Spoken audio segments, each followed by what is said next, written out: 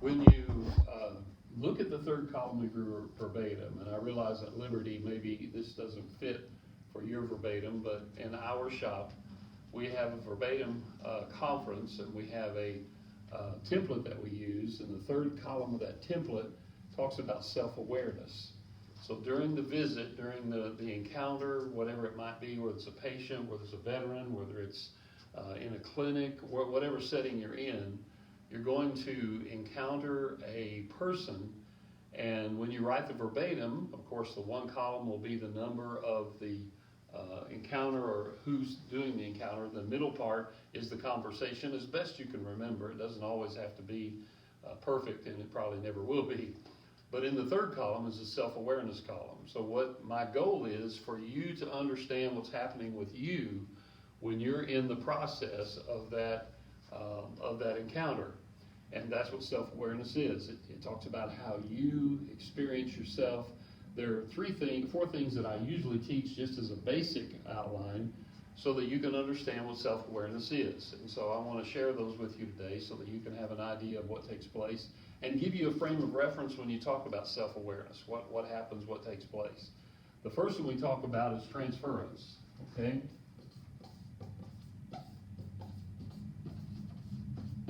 Now, I don't write on the board real well, so transference, you can look that up if you need to spell it, okay? Transference is when you come into the room to encounter a patient, a veteran, a counsel, a client, whoever.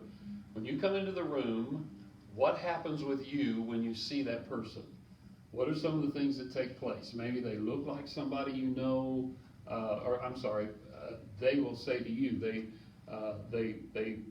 you remind them of somebody, you look like somebody they know, there's something that you do, some characteristics, maybe it's in the story you tell or whatever you say, that's going to involve the fact that you remind them of somebody else.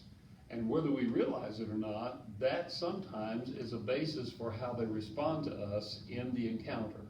So if they think that you remind them of your mother, or they remind them of their sister or their brother, or maybe a school teacher, maybe it's a good experience, maybe it's a bad experience, but they transfer that on you, and when they transfer that feeling on you, then that can frame sometimes how they feel about you in the encounter.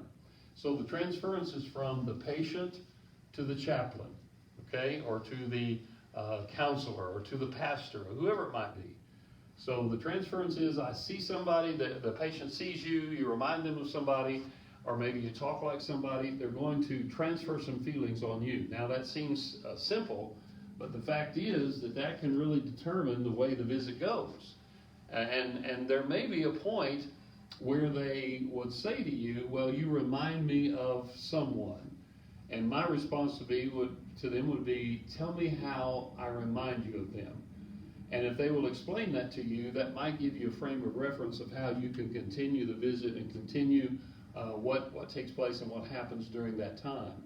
But the main thing is, your self-awareness is that they have said that you remind them of someone, and that could set a pace for the visit. So if you investigate that, or if you inquire about that, and you invite them to talk about that, that should give you an idea of what's going on. Maybe you remind them of their mother, you remind them of their father, you remind them of somebody or something. So my encouragement is for you to try to realize that.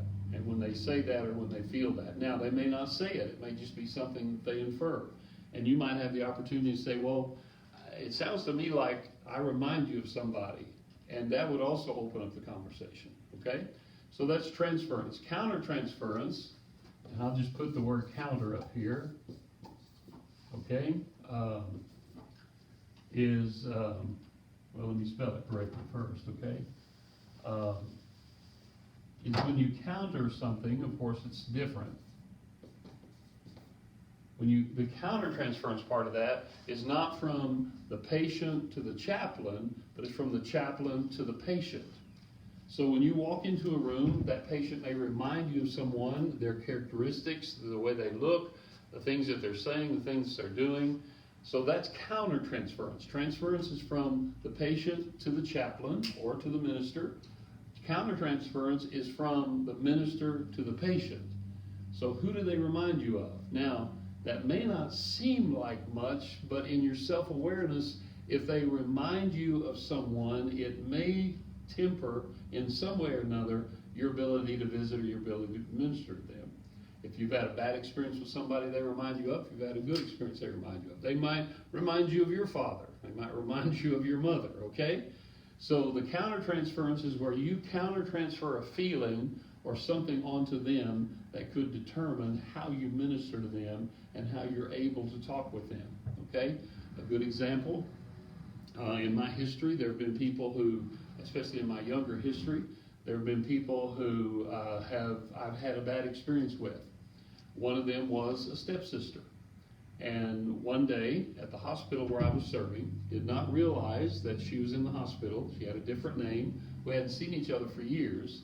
But I went into the room, and with all the things that happened and all the things that took place in our history, I automatically counter-transferred on her. I was not really very able to do a very good visit. In fact, I just dismissed myself using prayer, then went to talk to another chaplain to go visit with them because of my feelings that I counter-transferred on the patient. And they were more important than me as far as I was concerned. They needed somebody to minister to them. So I was able to understand that would hinder. Now, unfortunately, many times as pastors, many times as chaplains, we think we can minister to everybody. But I would invite you to think about times when that is so strong, when the countertransference is so strong that you are unable really to minister because you can't get over those feelings. And there's a time for you to go self-reflect on what's happening or what's taking place and understand how that self-awareness can help you in ministry or how that self-awareness can hinder you in ministry. I've also visited with people before who reminded me of my foster dad, who was a very, very influential person in my life. And I found myself wanting to stay a long time. I've visited with people before who have had wild stories before. And I was curious as to why I wanted to go back and visit. What was my self-awareness about that? Why did these stories make me want to go back? Well, I found out many times there were things that maybe I dreamed about or thought about when I was younger or something like that might have been a good experience. So, you know, the part of it is in that third column in the verbatims that we use in the CPE class, the third column is self-awareness. How does my self-awareness, knowing what's going on in the room, knowing what's going on in the person, how does that help me stay in the room, be emotionally available, and be able to minister to that person? And it can help or it can hinder. Now, what we teach as pastors many times is, well, you got to help them no matter what. But the fact is, there are some times we just can't really minister to them because our self-awareness, there's too many things going on. Now, that doesn't mean you can't go back to them later.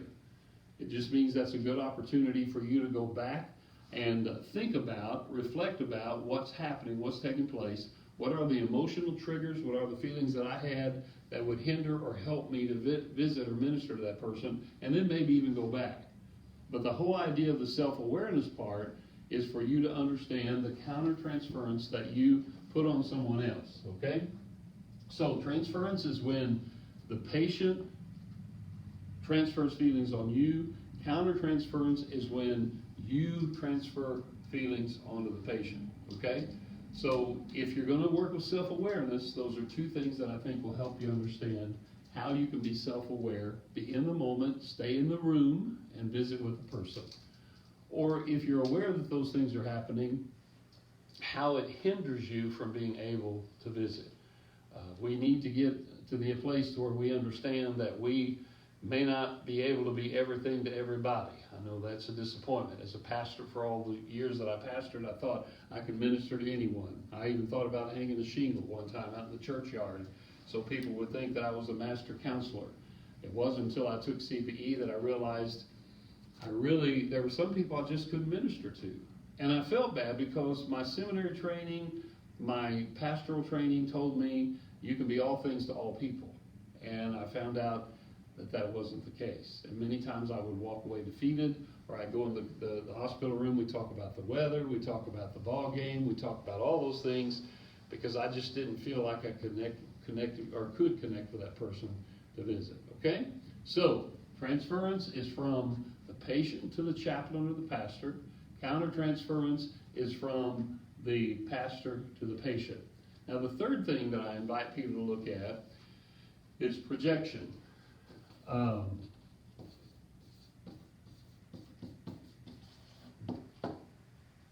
No one ever graded me for writing on the board, so please don't. Projection. What are some of the projections that might take place from the patient to the chaplain or the pastor? What are some projections that might take place from the pastor to the patient? What is a projection? Well, projections can rise from the way you look, your appearance. Projections can rise from the fact that you're a chaplain or you're a pastor and this person is a patient. Projections can arise because of some words you say. Projections can arise from just about anywhere. As you're in the middle of the conversation and people hear things from you, then they might project things on you that makes them think about something or somebody else. Usually a projection is about something. The countertransference and the transference is about a person.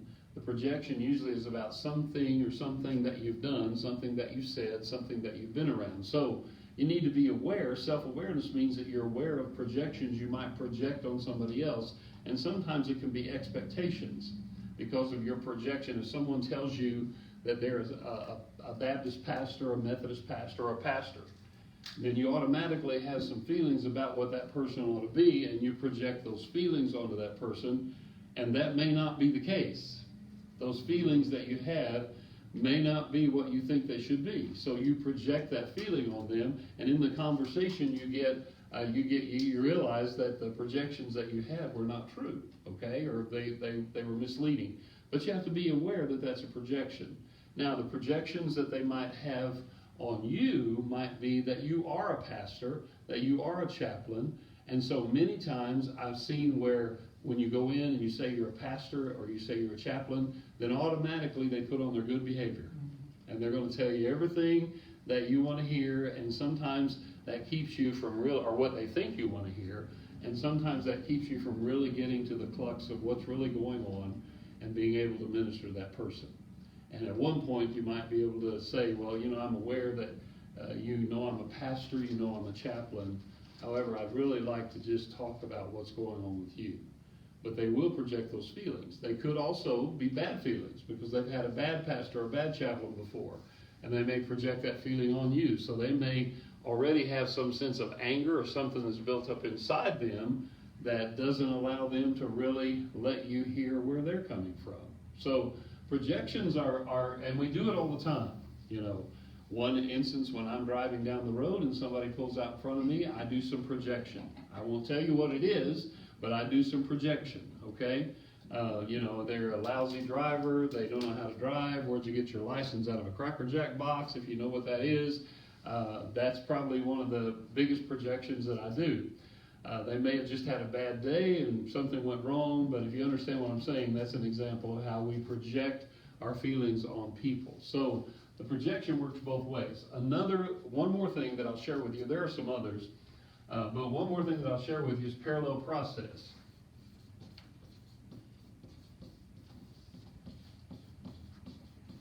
Parallel process is when you encounter a patient or they encounter you, and your stories are similar. Something that's happened to them has also happened to you. Now, you've been in cases where people say that all the time. Oh, that happened to me. Oh, that happened. And I'm talking about real instances where when a patient begins to share with you as a chaplain or a pastor, when they begin to share with you something that's taken place in their life, automatically you realize there's a parallel process in your life. The same thing happened. They may have had a good parent or a bad parent. You may have had a good parent or a bad parent. They may have had a bad experience with a pastor. You may have had a bad experience with a pastor. They may have had a bad experience with some kind of educational system or whatever. And they begin to share that with you. And when they share that with you, then you're reminded of the same experience that you had. And then you begin to walk with them and do a parallel process. Now, that's good, but you don't want to talk about yourself. You're not in the room, as far as I'm concerned, to talk about yourself and say, okay, well, that happened to me one time, and then you go on for 20 minutes and talk about what happened to you instead of really listening to what happened to the patient, okay? So So my encouragement to you is to understand that parallel process and use it in self-awareness so that you'll be able to kind of walk alongside that person when they're really going through this process and you thinking about it. Now, there may be an invitation for you. They may invite you to talk about that, and if they do, that's fine. They may ask you, do you understand that? And you can say, yes, I had something similar happen to me like that. And that may be all you need to say unless they invite you to talk about it. Then you can. But a parallel process is the self-awareness where you are aware that this person has gone through a similar situation that you've gone through. Now, the same thing happens with a patient. As you begin to talk with them, there may be a parallel process from them to you that they've gone through. If you share an experience in the process of ministry, which that needs to be done with the most discretion because you're not really there to talk about yourself. But if that happens, then they may feel the same way with you. They may, if you share a story, well, I'm a Southern Baptist pastor, been the Southern Baptist pastor for a long time. I'm studying to be a chaplain now. I want to go into chaplain ministry. And that person may say, well, I was a Southern Baptist pastor, or I was a Baptist pastor, or I was a Pentecostal pastor. And, there was a time in my life when I decided that I wanted to go into chaplaincy. And that would be a good opportunity for you to say, okay, well, tell me about that. And when they begin to tell you, then you develop the self-awareness of the parallel process, which makes you aware of what's going on. You can use that. It just depends on when you're in the moment and what happens and what takes place in the room, okay? So those are the 4 things that I encourage people to look at when they talk about self-awareness. Transference, how the patient transfers on to the chaplain or the pastor. Countertransference, how the pastor or the chaplain transfers on to the patient. Projection, meaning that you might project some feelings or thoughts or actions onto that person, and they might do the same thing with you. And the opportunity to investigate that is to say, well, what I'm hearing from you is kind of what you feel about me. Help me understand where that's coming from. And the same thing you might do with them. Might say, well, it sounds to me like this is, where you're going, and let me know a little more about that. Talk to me a little bit more about that. And you want to open up a conversation. Of course, anybody that knows me knows that I don't think you should ask questions to anybody when you're in an encounter. So I try to turn it around to where it can be an observation so that I can invite them to have a conversation.